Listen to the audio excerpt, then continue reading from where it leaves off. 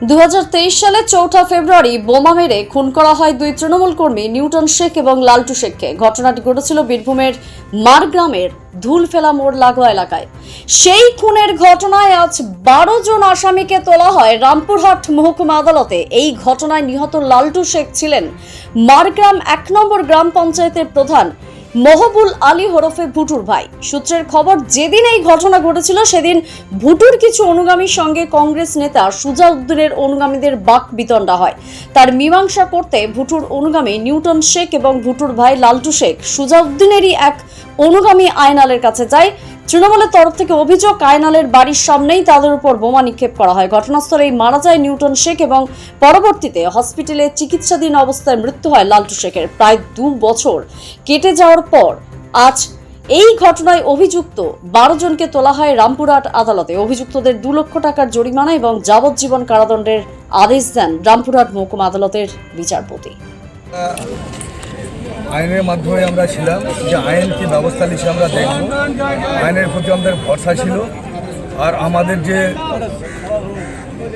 বিভাস চ্যাটার্জি, উনি ম্যাডাম, প্রশাসন আমাদেরকে বিভিন্ন দিক থেকে এই কেসের ব্যাপারে খুব তদারকি করেছে। আমাদের ওনাদের প্রতি আমি প্রধান ছিলাম।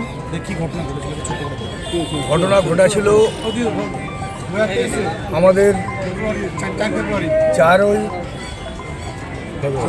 4ই ফেব্রুয়ারি 2023 তারিখে ধুলফেলা মোড়েতে বচসা হয়। সেই বচসা হওয়ার পরে আমাদের 4 জন মিলে ওরা দেবেনের বাড়ি যায়, আলিমুল্লার বাড়ি রাস্তায়।